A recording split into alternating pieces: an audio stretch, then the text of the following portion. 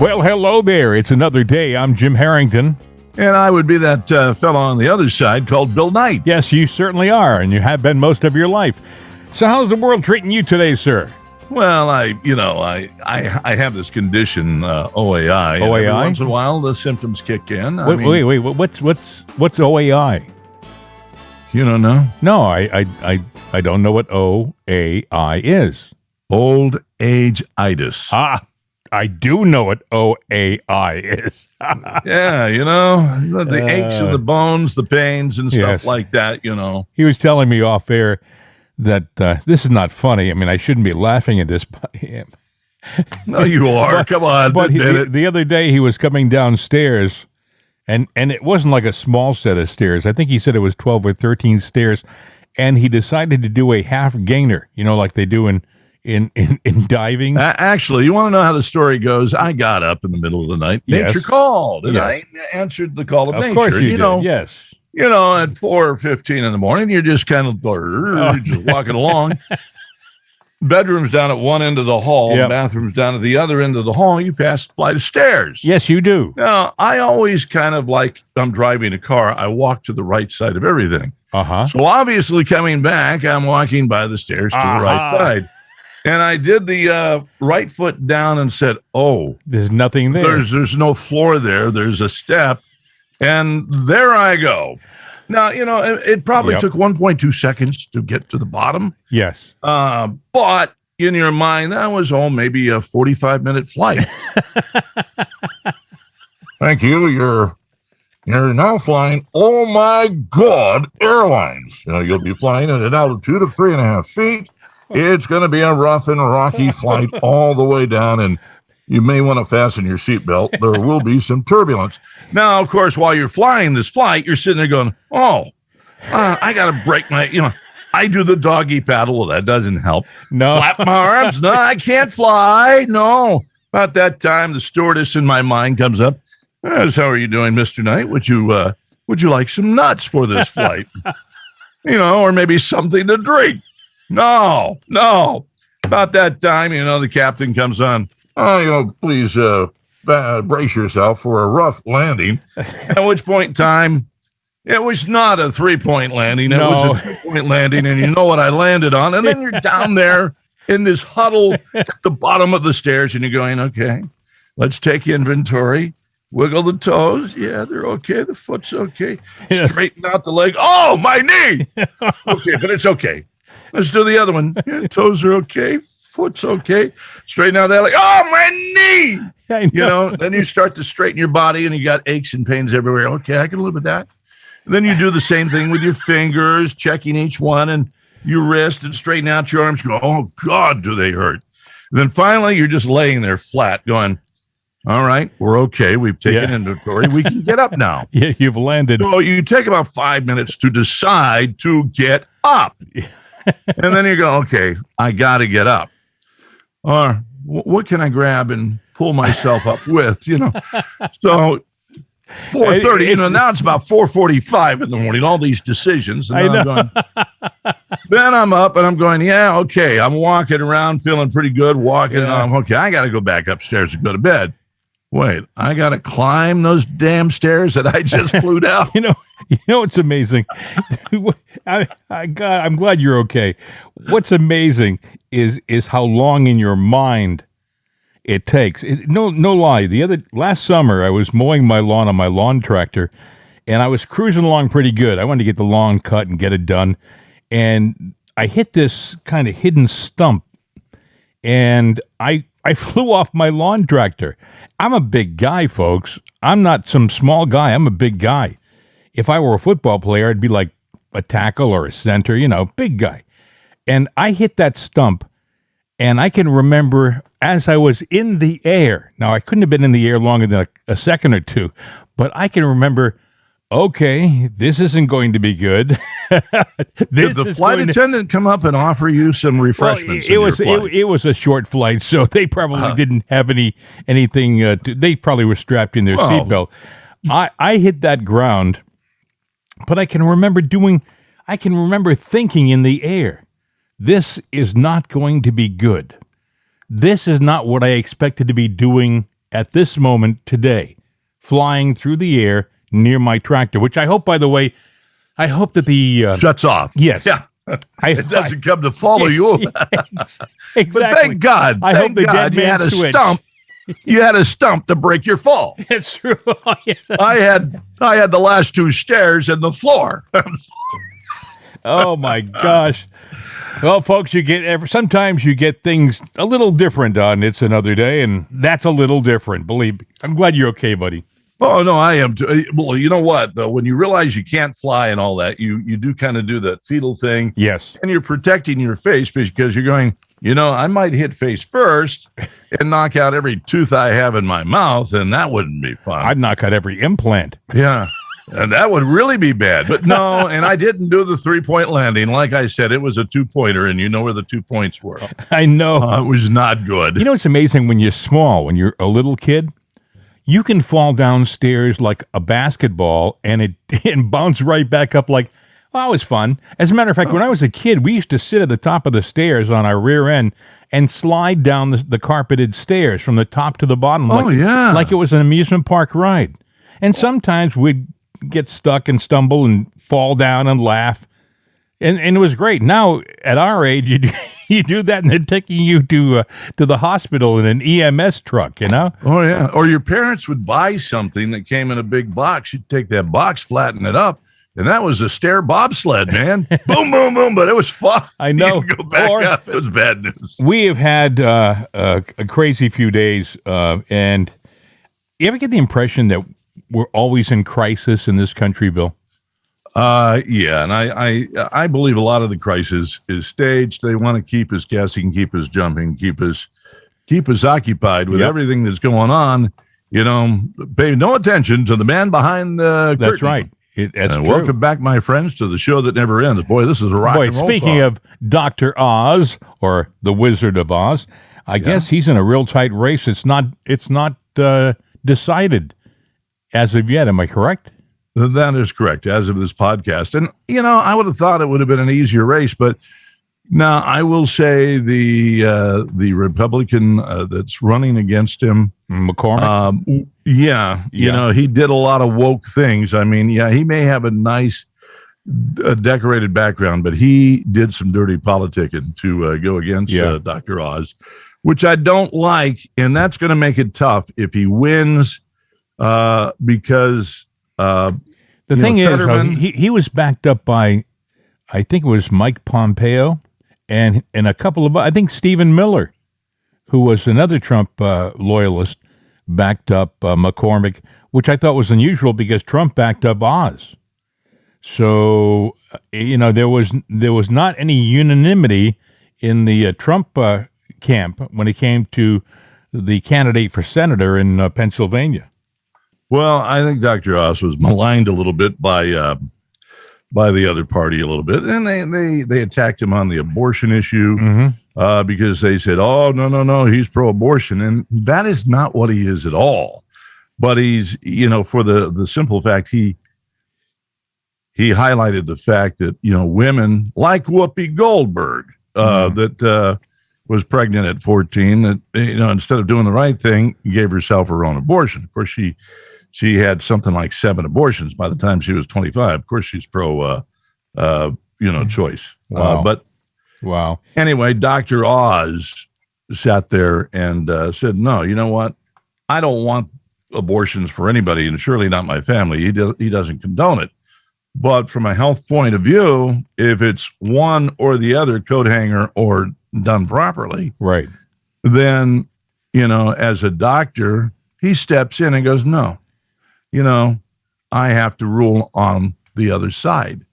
And abortion is a tough issue. And it was politically chosen as a divisive issue. And it's just like when you think of it, you think of their code, right? First, do no harm. And right off the bat, you're torn. Who do I do no harm to? Do I do no harm to the mother or to the unborn child? I personally think it's a little more cut and dry. I know that that if I were in that situation or somebody that I loved were in that situation, I would hope that they would make the right decision and I would fully support them. I think it goes back to the times when we were younger, when there was such a stigma to being pregnant out of wedlock, especially when you were very young. And we have all known young ladies that, hey, what happened to Rachel? She had to move away. Yeah. Because of the stigma to the family. Well, you know what? We need to, as a society, embrace things and people, and things happen, mistakes happen. Mm-hmm. But as a child that has been created, whether it was with the right intentions or the wrong intentions, it was created. And there's a reason for that child. I firmly believe that. You celebrate life. You don't boo-hoo it. Yeah. Joe Biden was in Buffalo yesterday and gave what many say was one of the nastiest speeches he's ever given, totally blaming the Republican Party for the terrorist act at that Tops supermarket in Buffalo that took the lives of those people. Interesting thing about that speech that he gave yesterday, only 821 people tuned in to watch it out of 81 million of his supporters, right? 821 people, supposedly. 821. All right, and his supporters are how many? 81 million. Yes, right. But 810? 821. Oh.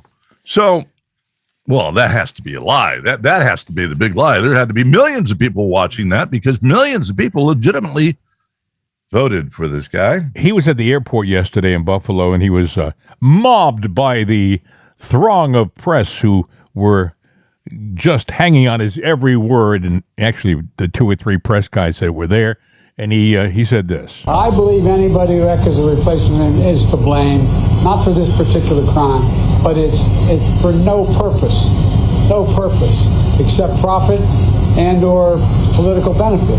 And it's wrong. It's just simply wrong. This replacement theory stuff, folks, this didn't even exist a week ago. It wasn't even talked about a week ago. Someone in a think tank somewhere, they sat down and figured, oh, what can we call this? What can we blame the Republicans? How about replacement theory?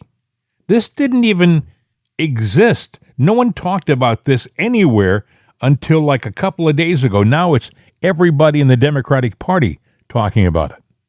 Mm-hmm. It's happening all the time. They've always got the answer, the agenda when something bad happens. And it's amazing how they have the narrative all ready to go. And the reason I was distracted is I was getting a phone call from Clear Coverage, which is about my insurance benefits. They call 20 times a day. And when I block a number, yes, they use a new number to call. And, I'm just bringing it up because everybody has this happen. Yes. And the phone companies know who these people are. As a matter of fact, I was getting a text last night at midnight for Dr. Oz because I want to see what's going on. I get it from Democrats and I get it from Republicans. I know. And it's the DNC and the RNC. It's not the politicians. Well, it's midnight. Nothing's been decided. We need your help with money. Really? At midnight, the polls are closed. Oh, you're going to buy the votes. What's amazing is I must have blocked the same candidate 15, 20 times.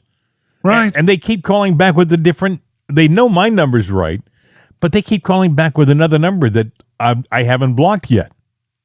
Well, here's my question. Obviously, the phone companies know about it. They know how to block it. They know that, and they know the technology out there that's used, and these guys just generate new numbers. Now, the telemarketers, scammers use it too, but then the politicians use it, and they don't want to take that away or rule against it.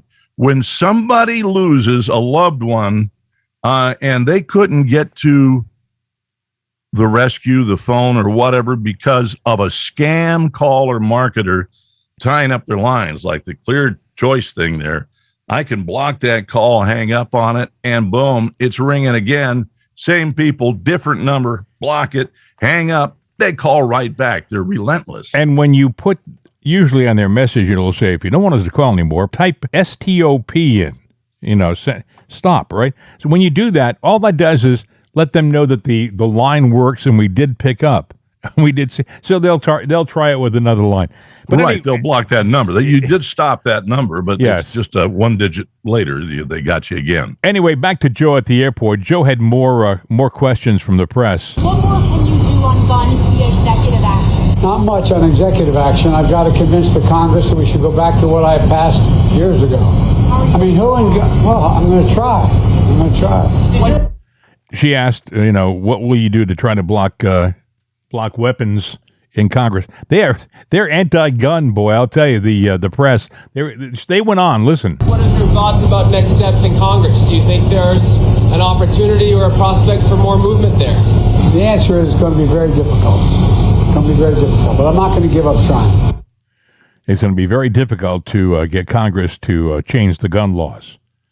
Oh, they're working on it. If they could take away all the guns, they would today in a heartbeat. Because imagine an armed America is an America that can get mad and exercise their constitutional right to remove a dictator or a dictatorial government. But if that's what they're afraid of. But I still say, some of these violent things that happened, what happened last Friday was horrific. It was terrible. But an 18-year-old guy that came up with that in his mind all of a sudden, but yet there are other things that might lead you to believe that, you know what, this guy really didn't do this on his own. We offered clues as to how it could have happened the other day in, I think, episode 94 or something like that. But the simple fact is, there seems to be something bigger going on in the background. I have I can't find it, but I did read this morning. He was on the radar of the police. Yes. He was on the radar. And I'm thinking, well, what does it take to get you guys to be proactive and stop these guys? It's sad. It is a tragic thing that happened in Buffalo. It should never have happened. It wasn't done by the Republicans. It wasn't done by the Democrats. It was done by a sick, mentally ill person. And my question is, why aren't we hearing about mental hospitals? And we had them at one time. All over the country, we had mental hospitals. And they became warehouses, and people really, there were some tragic things that happened there. But when they started most of those mental hospitals, they had the right intention, and they started out well. They'd say, well, this hospital holds 1,500 people, and initially there'd be, 1,000 people, 1,200. Then there were 1,500. Then there were 3,000. Then there were 5,000. Then there was terrible overcrowding. Then there was understaffed hospitals that couldn't handle everything, and then it became a mess. But my question is, why couldn't we go back to those hospitals, not those hospitals, but hospitals like that, and reconfigure them, make them different, make them more manageable? Why can't we address the problems of mental illness as opposed to slamming political parties? Because, if you've noticed one thing, nothing has stopped the shootings. And by the way, nothing will stop the shooting. You talked about mental illness. Naomi Judd, who we lost last week, country singer, and she had a mental illness. Now, people with mental illnesses, generally speaking, are a harm to themselves. Mm-hmm. It was a self-inflicted gunshot wound. I've seen it before. Not going to go into a lot of details, but the simple fact is they're self-inflicted wounds. This person, all of a sudden, and there's inconsistencies with the story, the connection to the Azov and group and everything. There's a lot to this story that doesn't mean he was on the FBI's radar, and they had a narrative right away that they wanted to go with, and they did. Yeah. And I'm looking at the wrong camera. I'm looking over here so you can see me, because I had a camera glitch this morning. I had all kinds of glitches. You have a great OAI too. You have a great profile. The thing is, they have a narrative. They immediately blame the opposition party for the tragedy. Right. And that's not the answer. That isn't what happened. When there was the shooting of those congressmen about 4 years ago, when Steve Scalise was almost killed, and a bunch of other people were shot, there wasn't any blaming of Bernie Sanders, and the shooter was a follower, an ardent follower of Bernie Sanders, and watched MSNBC all the time. He watched Amazing. it constantly. Do you think that the Republicans turned around and said, well, you shot up all the Republican congressmen and senators, and it was intentional on the part of Bernie Sanders? No, they didn't say that. They didn't point fingers. I think that the Democrats, especially Joe Biden, has sunk to a new level of swampiness. Well, Joe himself has said, well, he said yesterday that, or his people said, yeah, we're going to change our message because he's losing. He's sinking in the polls. Democrats are going, we got to get rid of this clown because gas prices are high, inflation's high, and there are people that say we're at the point of no return. So now what their narrative is that every Republican out there that doesn't agree with the Democratic agenda, they're villains. They're white supremacists. Yeah. They're crazy people. And every politician is a supremacist, a crazy person that's a Republican. So if you're not a Democrat, you're an idiot. They're saying white supremacy is a big issue. They're saying that it's a major terrorist problem in our country, and I don't see it, and I don't think most people see it. I think they're trying to sell the public that it's real, that it's out there. You got this fathead Merrick Garland, the Attorney General. Thank God he's not a Supreme Court justice, but he's doing the bidding of this administration. He's calling them white supremacy. I heard him the other day say white supremacy is the biggest problem we have. You know what? That fans the flames of hate. Yes.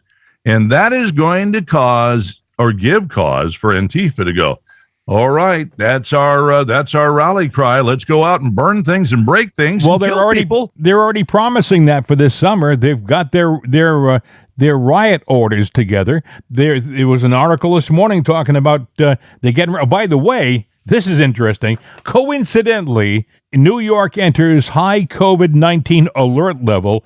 Health chief warns public to cover nose and mouth. This is New York City.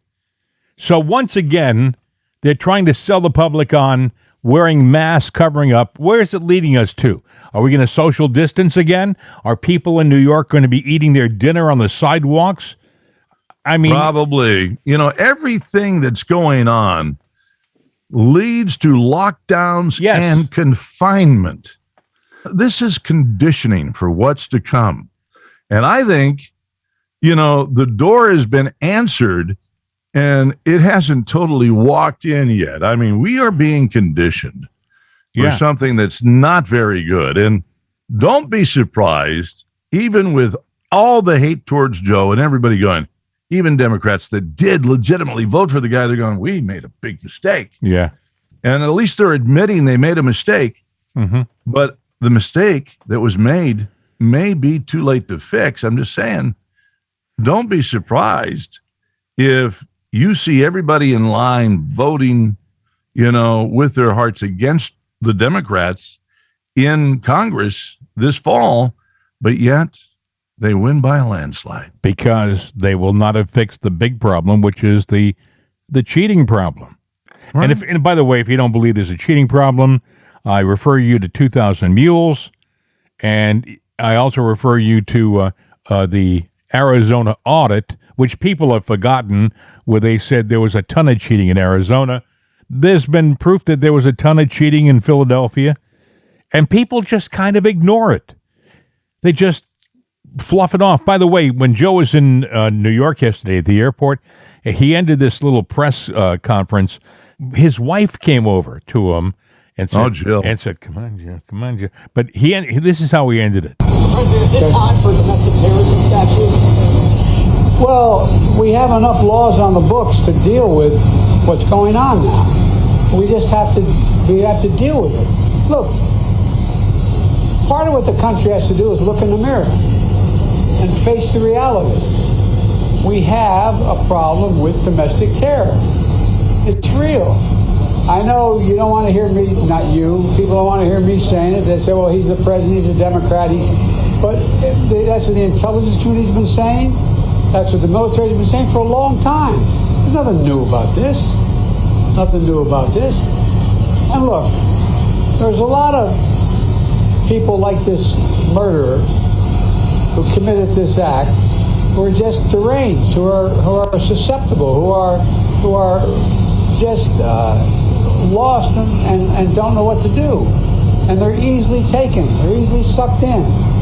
And it's got to stop. We have to admit it. I don't know why we don't admit what the hell's going on. Anyway, thank you very much. You're going to play. Susceptible to what, Joe? Mm-hmm. Are you saying Republicans are manipulating him and feeding him subliminal thoughts? Listen, this is from the guy who's telling us there's a terror issue with white supremacy in this country. In the meantime, he has done nothing at our border. He has allowed continuous lines of strangers to cross the border. And by the way, I saw some video yesterday, you might have seen it too, where there were long lines stretched across the Rio Grande as if they were going to a rock concert. They had their chairs. They were walking across a big stream. If you were looking from the air, it looked like a line of ants, going across the river into the United States. And there was no end to it. No end. And this guy here, this guy Biden, is talking about the problem of terror.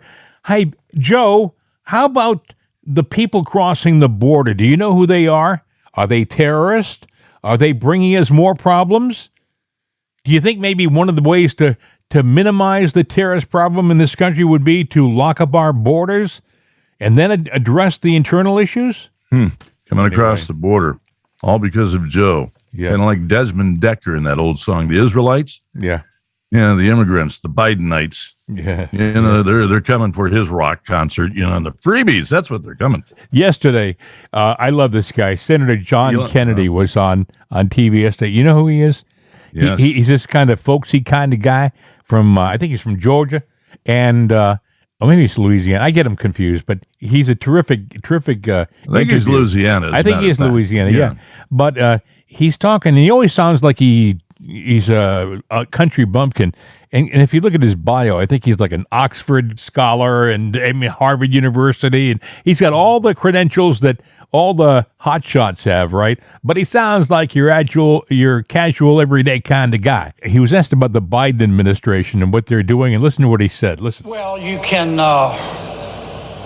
lead a man to the presidency, but you can't make him think. What our resolution is intended to do is try to get the Biden administration to focus on those issues that moms and dads are worried about when they lie down to sleep at night and can't. Things like crime, things like the border, inflation, the baby food shortage. I don't know if it'll work well for two reasons. I think most Americans understand that in its first 14 months, the Biden administration has not exactly rocked it. Why is that? There are two reasons. Number one, the president, I think, has delegated an enormous amount of his responsibility to his appointees. Number two, who are his appointees? It's a interesting mixture of two groups. Number one, he has a bunch of uber Washington insider elite types who mentally haven't been out of Washington mentally for more than 10 minutes in their lives. They think Washington is America and America is Washington. And the second group that he has running the show, there's some overlap. I would describe as the crunchy granola types who like to attend gender reveal parties. I mean, they're very, very woke. And they're just not focused on the issues that are worrying ordinary Americans right now. I'm not saying they don't believe in democracy. They say they do, but they really believe in government by experts, and they think they're the experts, and they're smarter than ordinary Americans, and they're more virtuous, and that everybody ought to shut up and listen to them, and if we're nice, they'll let us eat meat occasionally. You gotta love this guy. One more time. Well, you can lead a man to the presidency, but you can't make him think. Oh, he couldn't have been said any better. You can't make him think. Oh, boy. He is a man who really knows how to sum it up nicely. Senator John Kennedy. Before we wrap this sucker up, and we've been doing this now for over half an hour, I got to play for you this. Elon Musk was asked about President Biden and the presidency and the power, and he said this. But it's not as if Biden has flipped the script and said, okay, we're going to go 180 degrees in the other direction. He's kind of kept it the same, which has been really surprising, actually. Man, it's hard to tell what Biden's doing, to be totally frank. I feel like it's weekend at Bernie's. The real president is whoever controls the teleprompter. It's like the path to power is the path to the teleprompter. Because then he just reads the teleprompter. So I do feel like if somebody would accidentally lean on the teleprompter, it's going to be like Anchorman. It's going to be like QQQ ASDF 123 type of thing. I mean, in fairness to Biden, he hasn't been napping as much as he needs to, but it's hard to say hard job. Things that are getting done. This administration it doesn't seem to get a lot. It doesn't get a lot done. Elon Musk, I love it. He brings up Anchorman. Yeah, and you lean on the teleprompter, and you mess up the teleprompter, and the anchorman reads whatever is on the teleprompter. And I've seen Joe do that. I've already seen Joe do that. How soon we forget? But early on, there was a press conference he was giving, and there was a something that said switch page or something like that, and he read switch page. You gotta love him. Which means that he didn't really go over the script before he read the script, or they did a change there and somebody put that footnote. Hey, look at Bill. That's going to do it for us. We got to wrap this sucker up. It's another day. Hope you'll give us a call, leave a comment, make a suggestion. 833-583-6060. It's mail at itsanotherday.com. On Facebook, you'll find us. It's Another Day. We're all over the internet. That being said, thanks to the hundreds of people who follow us on Getter and some of the other sites. Thanks to the people on YouTube who listen to our program. Anywhere you listen or stream or download, we appreciate it. You got to help us spread the word. We've got tons of streamers. I know we got hundreds of thousands of people that have gone to the website. They like to look at the microphone. If they would have only left $1 each. Ooh, $1 each. That's the money there. If you go to the website, leave $1, will you please? Yeah. Yes. These radio guys, they just never stop. Even a quarter, I mean. 50 cents a quarter. Yeah, that's right. We're not fussy. Hey, have a great day, my friend. We'll do it tomorrow right here. It's Another Day. Yep. See you, man.